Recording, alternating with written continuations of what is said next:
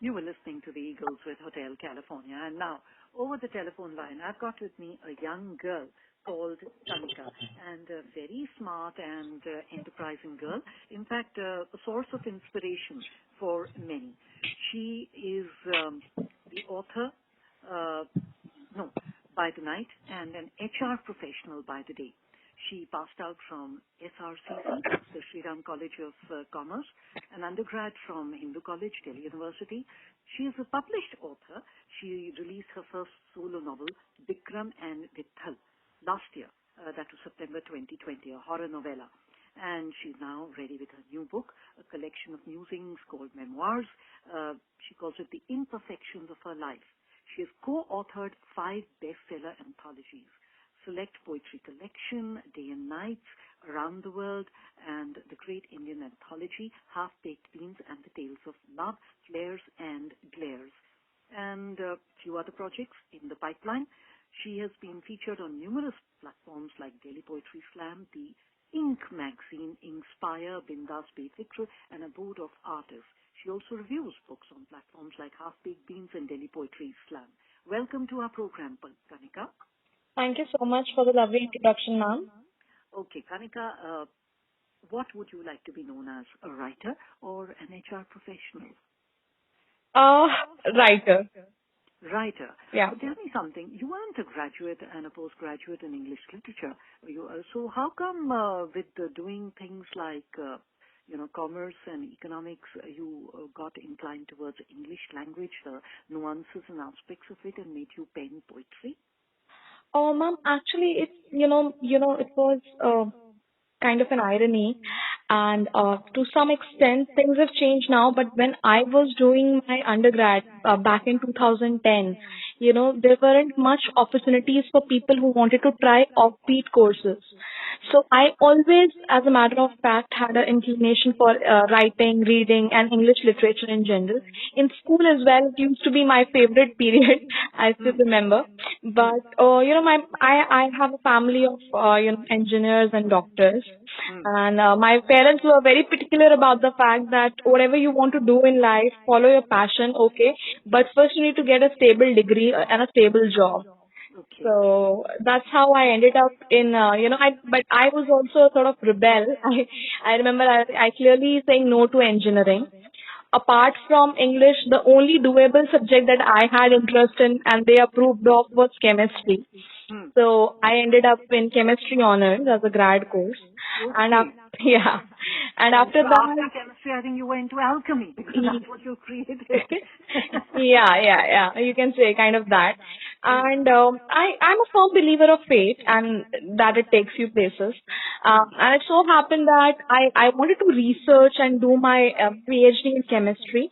But I realized that the course that unfortunately we had at that point in time wasn't much applied science. It was more of a theory and, same theory in BSc and MSc and then PhD. Unless until, you got the opportunity to go abroad and do some actual research. So I decided that might as well I do a professional course and, start earning. The sooner I, start earning, the more, sooner I can sort of follow my passion. So I did, postgraduate diploma from SRCC, that is Sri Ram College of Commerce. It is an equivalent to MBA. That's how my corporate life began in 2016. But now, at yeah. this point, I'd like to ask you, Kanika, that these days, not just courses, diploma courses, but there are actually certain private universities that have got proper full-time courses in creative writing in English. Right. People are going in for that because it's very, very professional. We are living in a day and age where we've got MBA graduates from IIM who have become professional authors, and you have architects, who are writing books, and they teach you about how to write a book, in a very, very planned, strategic manner, in a laid out way. So this has also become a very, very professional line, writing. It's not like sitting under the tree and just musing and writing down things. It has to be done in a very slick, professional manner. But you have not done any such course in creative writing. Do you think that was some kind of a handicap for you, and the young kids now have an advantage when they have so many things to bolster them?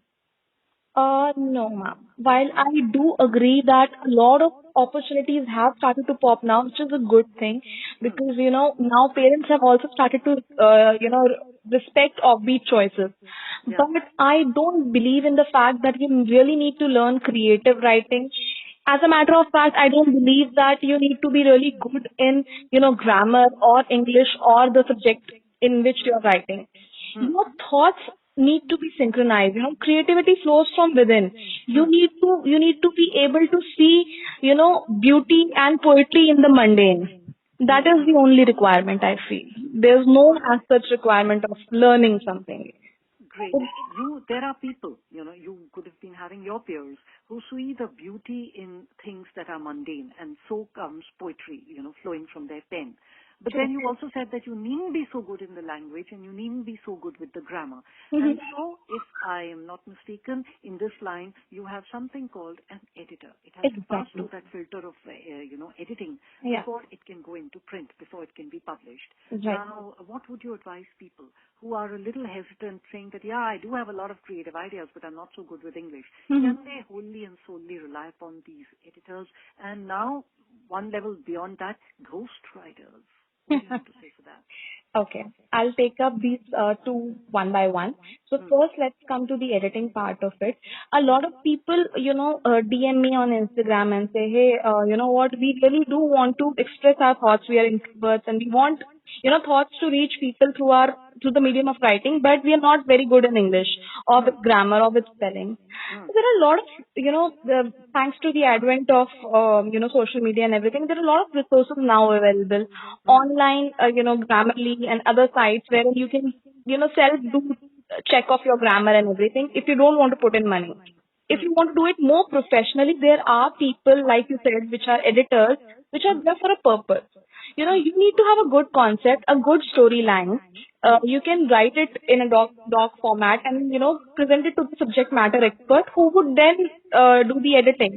Hmm. I don't believe in the fact that a writer needs to be, end-to-end process owner of everything because, I believe in the fact that subject matter experts should do and they do their job the best. Hmm. So this is one way of, overcoming your challenge of English. Of Hmm. course, I don't criticize the fact that you don't learn. As and when in this journey you get the chance, you obviously improve on your English and grammar, whatever language that you're writing in, it's always an added advantage that you Hmm. don't have to rely on the third person. But to start with, to begin with, this is the way I feel. Okay.